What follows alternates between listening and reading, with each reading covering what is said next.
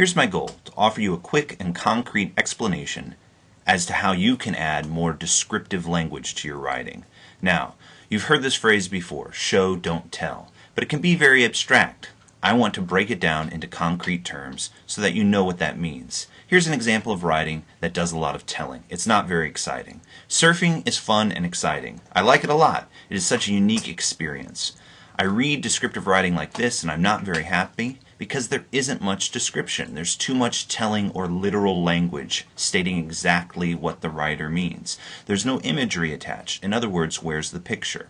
Also, verb choice is probably the single most important aspect of descriptive language, and when you have to be verbs, am, is, are, was, were, be, being, been, those should be red flags that you've got literal language and a chance to add more description. Think about your modifiers as well. Your adjectives and adverbs. These should be used sparingly in descriptive writing, and when used, they should be interesting, fun, exciting, and unique, or rather tired, overused, and again, don't have much imagery. Finally, consider the nouns. Good, concrete, specific nouns are needed, and in this case, we have surfing and experience as the most concrete, but the rest are rather general, vague pronouns. So, this writing is not very interesting. How do we improve it, though? I'll show you. Now this next example I find more interesting because it does a better job of showing versus telling. I popped out of the salty foam, my feet planted to the sticky board. My head felt like it would split apart, my smile was so big. I whooped. Now in this case, I'm describing surfing in a way that shows the reader the experience as opposed to tells him or her the experience in a literal way. Now I do have a to be verb, and so I do have some literal language. My smile was so big, but that's not a bad thing. It's actually a blend of literal and descriptive language that makes for good writing.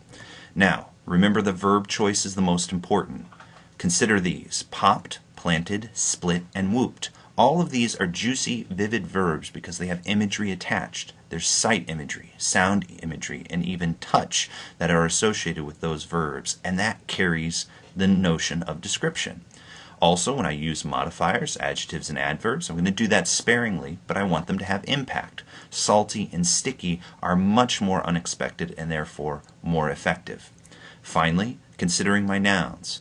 I want to use concrete, specific nouns and again have imagery associated with those. Foam, feet, board, and smile are more concrete. And so overall, this writing is much more interesting than my first example. In the last example, I'm going to show you how to add even more description. This last description of surfing makes me happiest because it's the most vivid and unique. I popped up, my feet gripping the tacky board. A grin wider than the horizon splashed across my face. A wild power from the ocean and from within me foamed up as I let out a long and loony whoop. Any English teacher in the world would say that this is showing, not telling.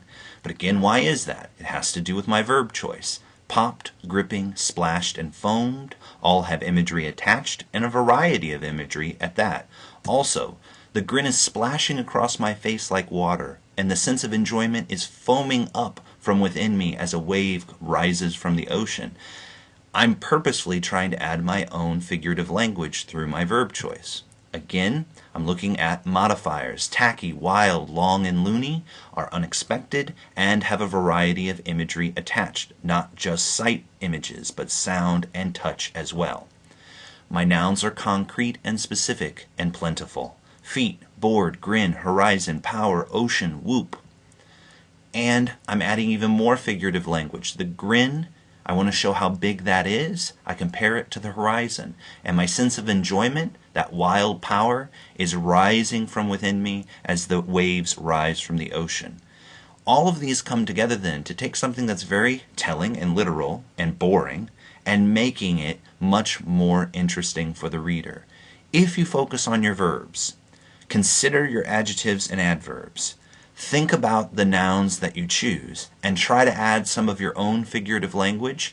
You're taking writing and making it more descriptive, or you're showing and not telling. And that will make any English teacher in the world very happy. And more importantly, any reader more interested in what you have to write.